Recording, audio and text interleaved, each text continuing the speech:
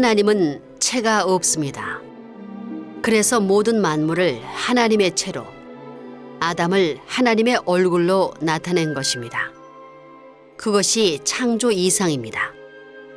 하나님은 본래 영적인 초점이고 아담은 본래 육적인 초점입니다. 그 두 초점이 90각도를 만드는 것입니다. 그것이 하나님의 창조 목적이요 사람이 원하는 목적입니다.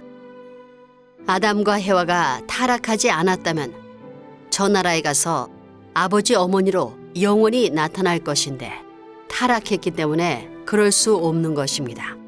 타락하지 않았으면 자기 부모를 하나님같이 모시면 누구나 다 천국 가게 되는 것입니다. 오늘 이 땅에 살고 있는 인간들은 시간성을 못 벗어납니다. 인류 역사를 봐도 마찬가지입니다. 개인, 가정, 종족, 민족, 국가, 세계도 그와 같은 시간권 내에서 움직여 나가고 있습니다. 사람이 살아가는 데에는 반드시 달성해야 할 목적이 있습니다. 그 목적을 중심 삼고 10년, 20년, 30년, 70년, 일생 동안 가야 되는 것입니다. 목적이 크면 클수록 내적으로 더욱 강하게 다짐하여야 합니다. 그러지 않고는 그 목적에 도달할 수 없습니다. 시간이라는 과정을 통하여 그 목적을 능가할 수 있는 내적인 결의를 계속하지 않는 한 그 목적을 달성할 수 없다는 것입니다. 여러분은 영계의 사실을 모를지 모르지만 선생님은 하나님의 특별한 혜택을 입어 미지의 세계에 대해 잘 알고 있습니다. 그 세계의 근본을 헤쳐보니 원칙은 간단했습니다. 그 세계는 하나님의 천지 원칙인 위하여 산 사람만이 가는 것입니다. 그러한 내용으로 형성된 세계가 이상 천국입니다. 그곳이 우리 인간이 찾아가야 할 본향입니다. 오늘 우리는 타락한 인생으로서 본향에서 추방당한 인간이 되었기 때문에 본향 땅을 향하여 돌아가야 할 운명에 있는 것입니다. 그러나 그곳은 인간 자체로서는 돌아갈 수 없기 때문에 하나님께서 인간이 돌아갈 수 있는 길을 역사 과정에 설정하지 않을 수 없습니다.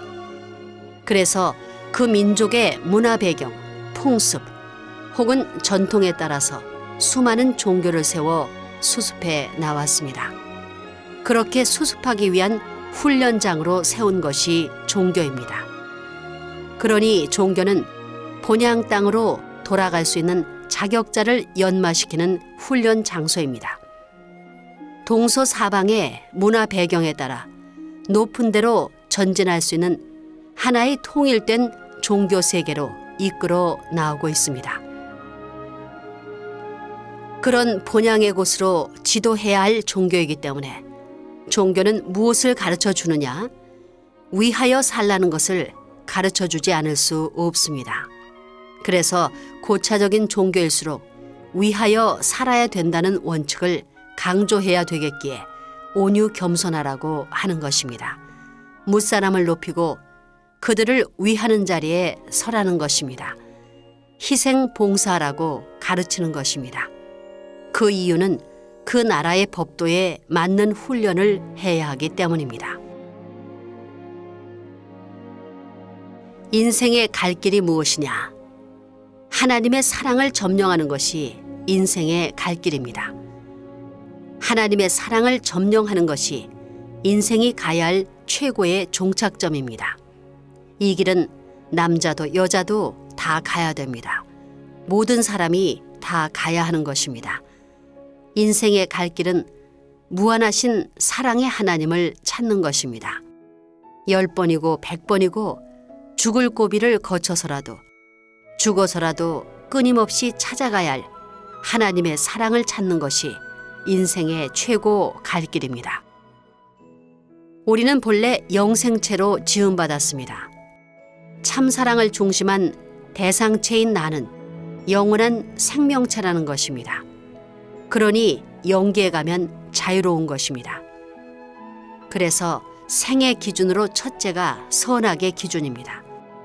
선악의 기준이 첫째고 둘째가 본연의 출발점이고 세 번째는 영생입니다. 오늘 우리가 살고 있는 이 피조 세계는 축이 있습니다. 그 축도 두 축이 있습니다. 보이는 축과 보이지 않는 축, 이중 구조로 되어 있습니다. 하나의 주체를 중심 삼고 돌아가는데 그 주체 자신도 돌아갑니다. 몸과 마음이 주고받으면 돌게 되는 것과 같은 것입니다. 모든 존재물은 이와 같은 원칙에 의하여 존재합니다. 마찬가지로 오늘날 타락한 인간 세계에서 복귀의 길도 축을 고치지 않으면 안 됩니다. 인간에게 있어서 몸의 중심이 무엇이냐? 마음입니다.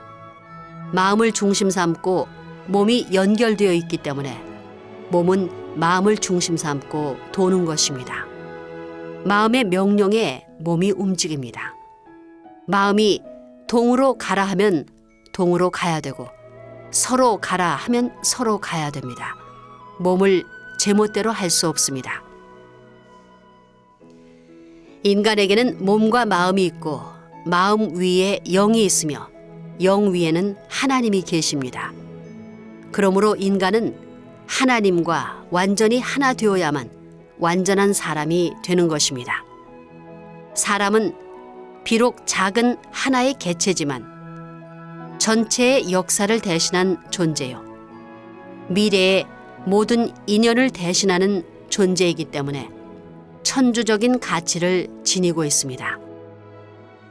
사람은 자기 생애의 인연을 찾아가는 데 있어서 자기의 마음을 앞에 모시고 나가야 됩니다.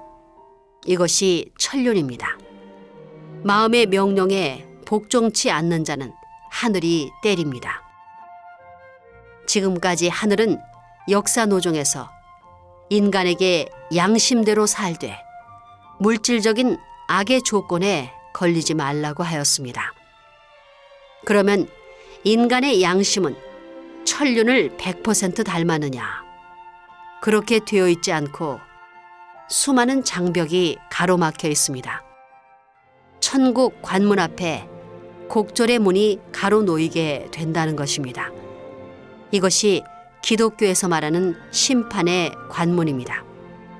오늘날의 사조는 공포와 불안과 혼란의 시기를 맞이하고 있습니다. 중심을 잡을래야 잡을 수 없는 시대라는 것입니다. 오늘날 우리들은 물질을 많이 가지고 있어도 안 됩니다.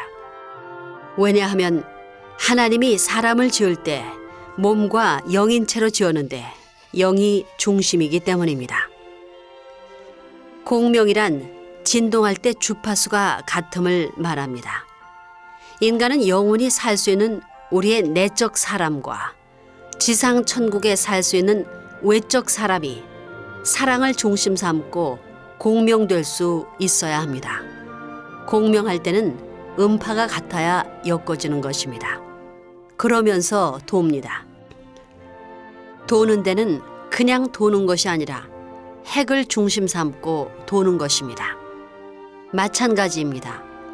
영인체와 육신이 하나님의 사랑을 중심 삼고 어울리게 될 때는 영적 세포, 육적 세포가 완전히 작동하는 겁니다.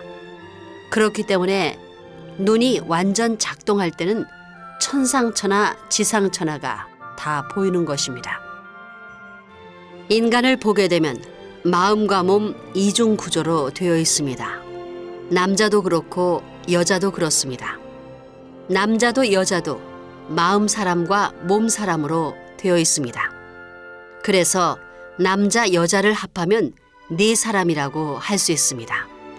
갈라놓으면 네 사람인데 이게 어떻게 하나 되느냐? 하나님은 왜 이렇게 네 사람으로 만들었느냐? 하나님의 참 사랑을 중심 삼고는 완전히 하나 되는 것입니다. 여러분에게는 영적 사람, 통일교에서 말하는 영인체가 있고 육신이 있습니다. 영인체는 우리 눈에 보이지 않지만 존재하는 것입니다. 그러면 영인체하고 육신이 언제 하나 되느냐? 이게 문제입니다. 이것은 음차와 마찬가지입니다. 음차의 하나를 울리면 다른 쪽도 진동수가 같게 공명되는 것과 같은 이치로 하나님 사랑의 작용이 우리의 마음에 오면 자동적으로 몸에 반응한다는 것입니다.